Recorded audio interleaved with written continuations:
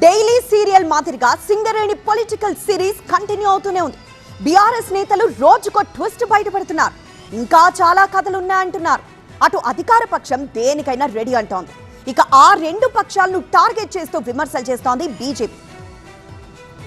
సింగరేణి టెండర్ల వివాదంపై రాజకీయ రచ్చ కొనసాగుతోంది. ముఖ్యంగా సైట్ విజిట్ నిబంధనపై పొలిటికల్ ప్రకంపనలు రేగుతున్నాయి. బట్టి సహా కాంగ్రెస్ నేతలు చేసిన వ్యాఖ్యలకు మాజీ మంత్రి హరీష్ రావు మరోసారి కౌంటర్ ఇచ్చారు. ఈ రెండేళ్లలో ఎంతమందికి సైట్ విజిట్ సర్టిఫికేట్ ఇచ్చారో వైట్ పేపర్ రిలీజ్ చేయాలన్నారు. సింగరేణిలో 1-2 కాదు, ఎన్నో స్కామ్లు జరిగాయని ఆరోపించారు హరీష్ రావు.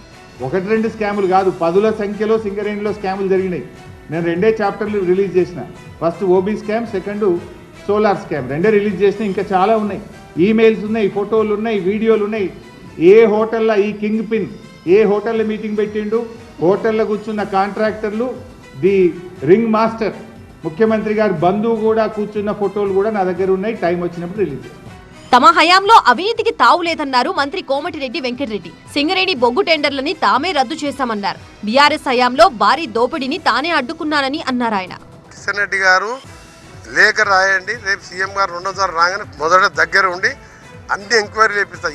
ఈ 2 ఏళ్ళు అంతకుముందు 10 ఏళ్ళు వేయించే బాధ్యత కోమటిరెడ్డి వెంకటరెడ్డిగా 40,000 కోట్లు నైనిక్ కోల్ మైల్ కేసీఆర్ బంధువుకు వచ్చిందాన్ని.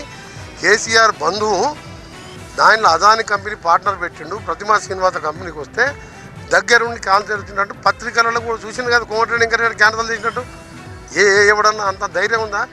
గత బీఆర్ఎస్ అయినా ఇప్పటి కాంగ్రెస్ అయినా సింగరేణిని దోచుకోవడం తప్ప చేసిందేమీ లేదన్నారు కేంద్ర మంత్రి కిషన్ రెడ్డి.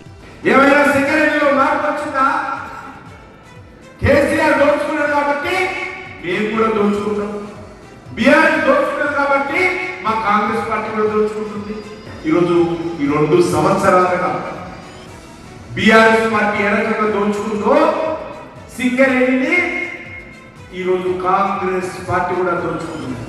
సింగరేణి బొగ్గు బ్లాకుల కేటాయింపులో పైరవీలు జరిగాయన్న ఆరోపణలు ఏ రోజుకు ఆ రోజు క్లైమాక్స్ ని తలపిస్తోంది.